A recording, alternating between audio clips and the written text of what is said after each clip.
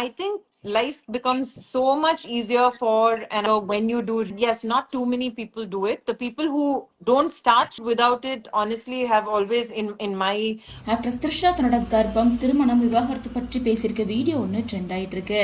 அதே போல த்ரிஷா இப்போ பிரெக்னென்ட் ஆயிருக்காங்க அப்படின்னு ஒரு ரூமர் வந்து அதிகமா வைரல் ஆயிட்டு இருக்கு.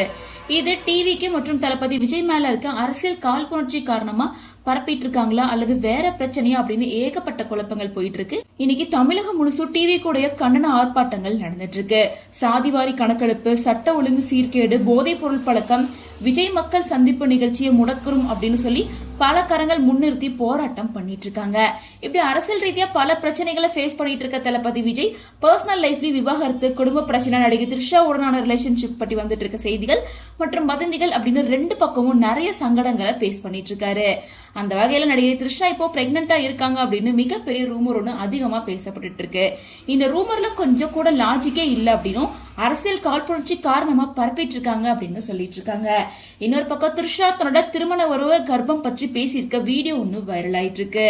அதுல எனக்கு 30 வயசு ஆயிடுச்சுன்றதுக்காக கல்யாணம் பண்ணிக்கணும்னு எந்த அவசியமும் இல்ல, அந்த கட்டாயத்துல எனக்கு விருப்பமும் இல்ல, விவாகரத்து பண்றதுக்காக நான் கல்யாணம் பண்ணிக்க விரும்பல, என்னை சுத்தி இருக்க எத்தனையோ நண்பர்கள் தப்பான காரணத்துக்காக கல்யாணம் பண்ணிக்கிட்டு அந்த உறவுல சந்தோஷமே இல்லாம வருத்தப்படுறத நான் பார்த்திருக்கேன்.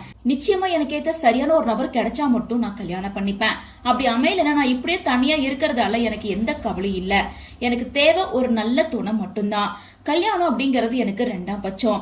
ஒருவேளை நான் நாளைக்கு கல்யாணம் பண்ணிக்கிட்டாலோ அல்லது ஒருத்தர் கூட சீரியஸான ரிலேஷன்ஷிப்ல இருந்தாலோ கூட சினிமா தான் எனக்கு எப்பவுமே ஃபர்ஸ்ட். மக்களுக்கு என்ன பிடிக்கிற வரைக்கும், அவங்க என்ன திரையில பார்க்க விரும்புற வரைக்கும் நான் நடிச்சுக்கிட்டே இருப்பேன். ஒருவேளை நடிப்பே இல்லைனாலும் சினிமால வேற ஏதாவது துறையில கண்டிப்பா இருப்பேன். எனக்கு தெரிஞ்சது எல்லாமே சினிமா மட்டும்தான்.